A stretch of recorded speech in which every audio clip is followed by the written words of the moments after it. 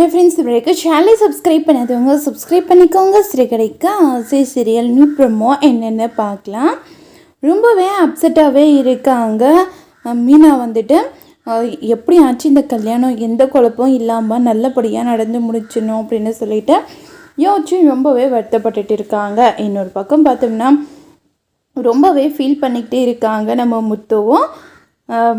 சீக்கிரமாக இந்த கல்யாணம் நல்லபடியாக நடந்து முடிஞ்சிடணும் அப்படின்னு சொல்லிட்டு யோசிச்சுட்டு இருக்காங்க. அப்போ செல்வம் வந்து சொல்கிறாங்க, பரவாயில்லடா, உனக்கு பிடிக்கலனாலும் இந்த கல்யாணத்தை ஏற்பாடு பண்ணியிருக்குல்ல, அது நினைக்கும் போது கொஞ்சம் நல்லா ரொம்ப பெருமையாக இருக்குது எனக்கு அப்படின்றாங்க.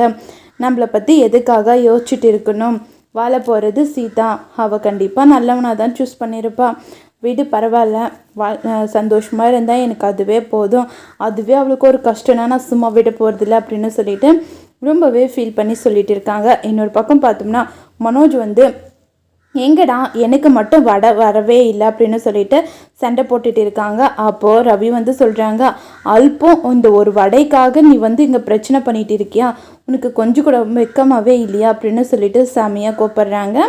அதுக்கப்புறம் வடை எடுத்துகிட்டு வந்து கொடுக்குறாங்க.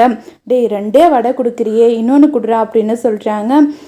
உன்னால் திருத்தவே முடியாது, உனக்கே எல்லாத்தையும் கொடுத்துட்டா எப்படி மற்றவங்களுக்கு கொடுக்க முடியும் அப்படின்னு சொல்லிட்டு மனோஜ் வந்து ரவி வந்து சொல்கிறாங்க, டேய் பரவாயில்ல, ஒன்று மட்டும் கொடுறா அப்படின்னு சொல்கிறாங்க. அதுக்கப்புறம் பார்த்தோம்னா ரவியும் முத்துவும் மனோஜை பயங்கரமாக திட்டிட்டு அங்கேருந்து கிளம்பி போயிடுறாங்க. போனதுக்கு அப்புறமா பார்த்தோம்னா ரொம்பவே ஃபீல் பண்ணிக்கிட்டு இருக்காங்க.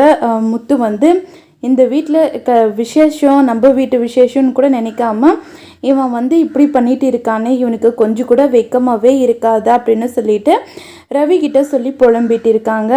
அவன் எப்போ தான் திருந்திருக்கான், அவன் என்றைக்குமே திருந்தவே மாட்டான் அப்படின்னு சொல்லிட்டு 2 பேருமே பேசிக்கிறாங்க. இதோட இந்த ப்ரோமோ முடியுது.